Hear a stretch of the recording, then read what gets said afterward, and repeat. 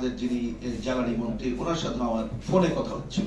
উনি ওনার উদ্বেগের কথা জানালেন, কিন্তু আজকের এই আলোচনা সভায় বর্তমান প্রেক্ষাপট উপেক্ষা করে আসলে আলোচনা করার কোনো সুযোগ নেই। আমরা তো জানি যে যুদ্ধ আমেরিকা ইসরায়েল চাপিয়ে দিয়েছে এবং তার ফলে আমরা জানি দুনিয়া ধরনের যুদ্ধ হলে সারা দুনিয়ায় ক্ষতিগ্রস্ত হয়, বিশেষ করে ক্ষতিগ্রস্ত হয় সাধারণ মানুষ, এবং আমাদের দেশ এক্ষেত্রে নানাভাবে ক্ষতিগ্রস্ত হবে। আমি সে আলোচনায় যাচ্ছি না, শুধু আমরা রাখি আমাদের এই জ্বালানির উপরে। এবং উদ্বিগ্ন আমরা সবাই। গতকাল ঘটনাচক্রে আমাদের যিনি জ্বালানি মন্ত্রী, ওনার সাথে আমার ফোনে কথা হচ্ছিল।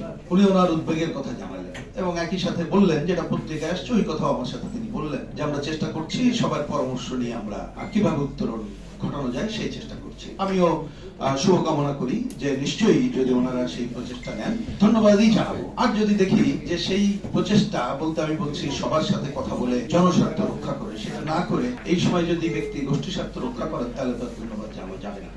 প্রথমত সংকট তো চাই, কিন্তু আজকে এটা গতকাল যখন কথা হলো, আমি যখন ঠিক এখানে আসি, আমি ফোনে খবর পাচ্ছি না, আমি নাম উচ্চারণ করতে চাই না, একটা ডিপোর কথা শুনলাম, সেখানে বলা হচ্ছে নাকি তেল শূন্য। কেন? আমি শুনলাম আজকেই নাকি, এটা ঠিক জাস্ট প্রেস ক্লাবে ঢোকার আগে ফোনের খবর।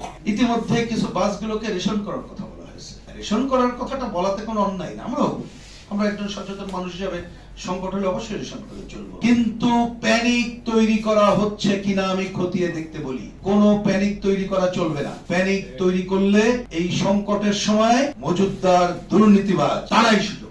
আপনাদের তথ্য শুনলাম, পেট্রোল 16 দিনের মজুদ আছে, অকটেন 30 দিনের আছে, বিদ্যুৎ ফার্নেস অয়েলের 76 দিনের মজুদ আছে। হ্যাঁ, হরমুজ প্রণালী বন্ধ, কিন্তু এখনো পর্যন্ত তো আমাদের কাছে যে খবর যে 5, 9 এবং 11 মার্চ যেটা বাংলাদেশে পৌঁছানোর কথা অলরেডি সেটা পাইপলাইনে আছে। এই সরকারি তথ্য যদি সত্য হয়, তাহলে আজকে এ ধরনের সংকটকে কেউ যাতে জিম্মি না করতে পারে, সরকার সে ব্যাপারে দৃঢ় অবস্থান নেবে, সেটা আমার প্রত্যাশা থাকবে।